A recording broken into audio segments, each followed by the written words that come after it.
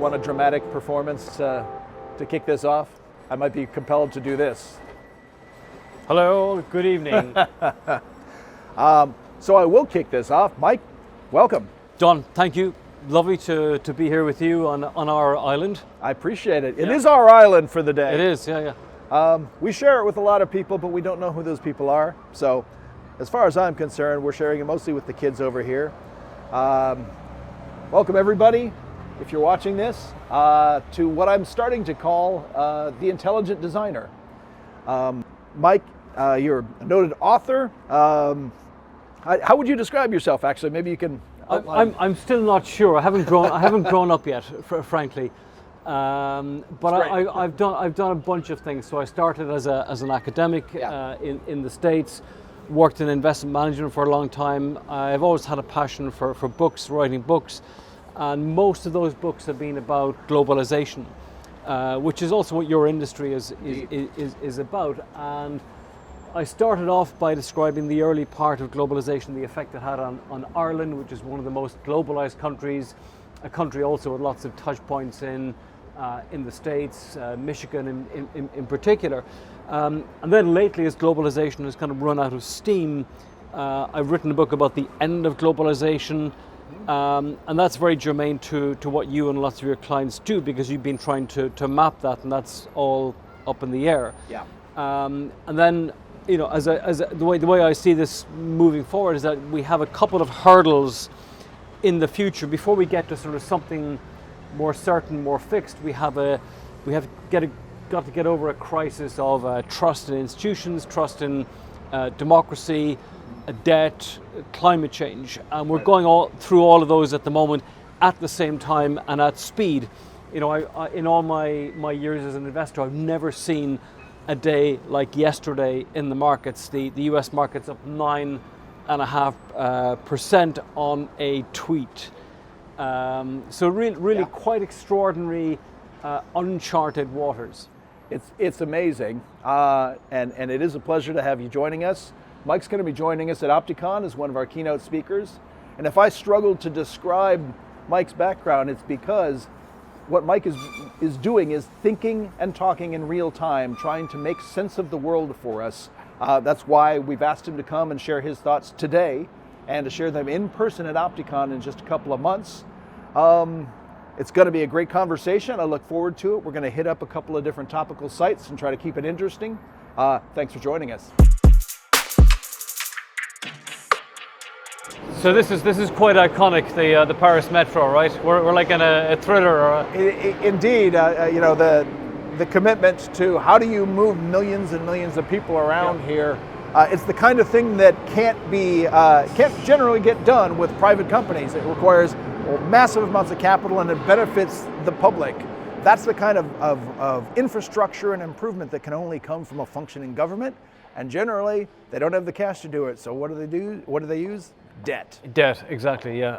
And in France, they've been using more and more debt in the last 10 years.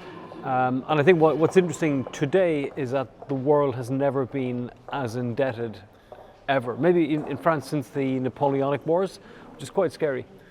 So maybe you can lay this out a little bit for us, because I think we're going to be talking about the dangers posed to markets and to the global sort of the global economy. Why is debt a bad thing? It's not a bad thing. You borrow money to build a house. What's wrong with this? So debt is it's a very positive thing in many respects. It liberates people. It enables, you know, ordinary people like you and me to become wealthy, or at least to buy a house, to start a business. But there's a limit, and too much debt can be dangerous. And when everyone becomes indebted at the same time, be it households, companies, and governments, that's a really bad thing, and that's bad for growth in the economy. Got it. So in other words, the bill might come due.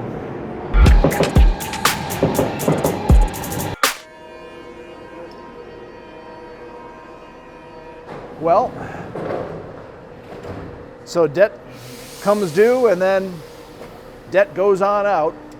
As long as markets keep working, and that's why we have financial markets. It's a bit like a big sort of laundry machine. It just keeps recycling the debt, and then periodically there's too much debt, interest rates rise, maybe because there's too much inflation, and it becomes harder to recycle that debt, and then you get a market breakdown. Debt in itself is just an instrument, it's just a way of financing, but with the debt levels being the way they are, what you're seeing is in the future that debt could be crowding out the ability for private markets to do big projects. What that means is capital's more expensive. Capital becomes more expensive, more rationed, and what worries me, Don, is that all of the big economies have never been indebted at the same time. And the worry is when they all try and reduce their debt at the same time, then you could get this breakdown in markets. And that has implications for technology companies, for your industry, in terms of how people are going to keep inventory rolling over, finance inventory, finance investment. Very interesting. Well, if you're someone who makes global supply chains and you're trading off, a lot of times it's a trade-off between fixed costs and variable costs. Exactly. I invest in a node, I get to take advantage of that node and it lowers my operational cost. If I can't make those kind of investments, it drives you much more to short-term thinking. Yeah. Well, like decision makers, we're now at a crossroads. We've got a lot of different places we could go. I'll suggest we go check out what is one of the busiest subway stations in the world here at Châtelet. Exactly, and it's a place where you see the whole variety of France, people from all corners of France, all corners of the world, incredibly busy, and tells you so much about France and Europe. Cool, on y va.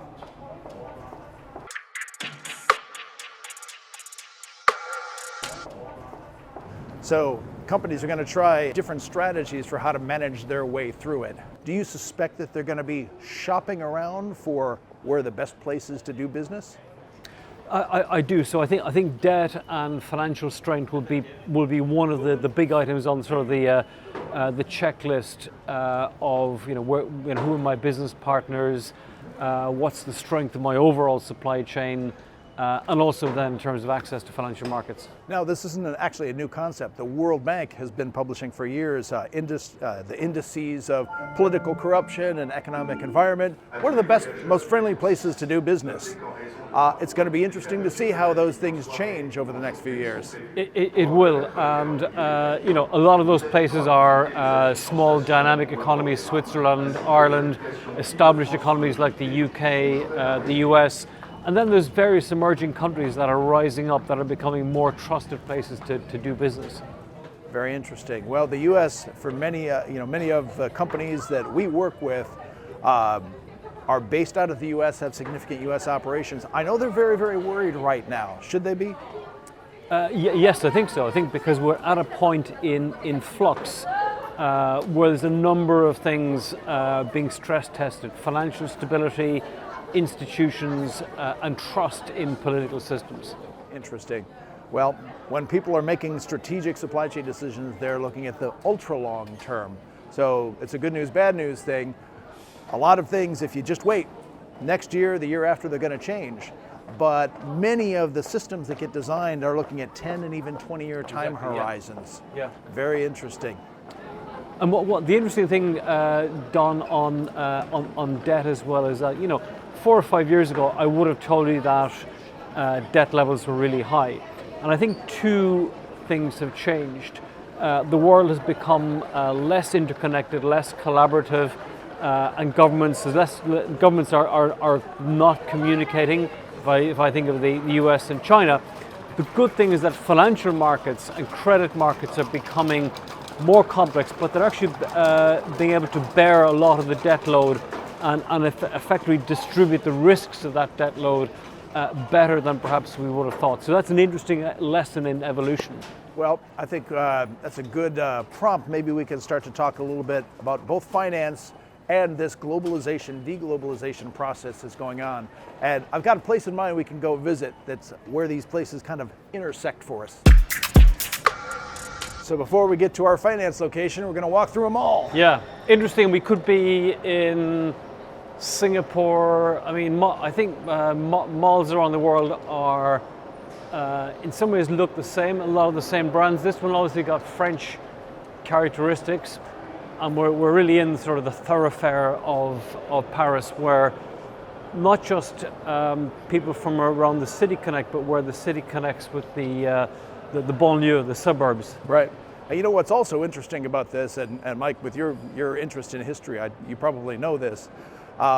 This entire sort of mega mall had been a center place as a marketplace for centuries before then. This is where people would come and physically trade goods. It kind of crept into being not a very nice place. And then again, with debt financing, they turned this into, with a series of public investments, they've tended to completely redo this whole thing and turn it into a modern mall. Yeah, and I think the French state is good at that. The French state is good at big projects, good at infrastructure. What it's not so good at, I think, is just keeping its eye on the budget. And you know, if I had to reproach Macron for something, he's done an awful lot for France, but every year during his presidency, the fiscal deficit has gotten bigger, and you can see that the strains this is putting on politics. Yeah. And the issue with that politically is that it gives the government much less leeway. There's less money to spend. They have to make difficult decisions, and I think we're going to see this writ large across the world as debt levels weigh on governments. Debt is going to be a really big issue in politics and in public life. And ultimately, it will demand that politicians have to be really brave in terms of how they're going to reduce debt and make difficult decisions. Got it. Well, politicians' bravery is a core and important characteristic. What could go wrong?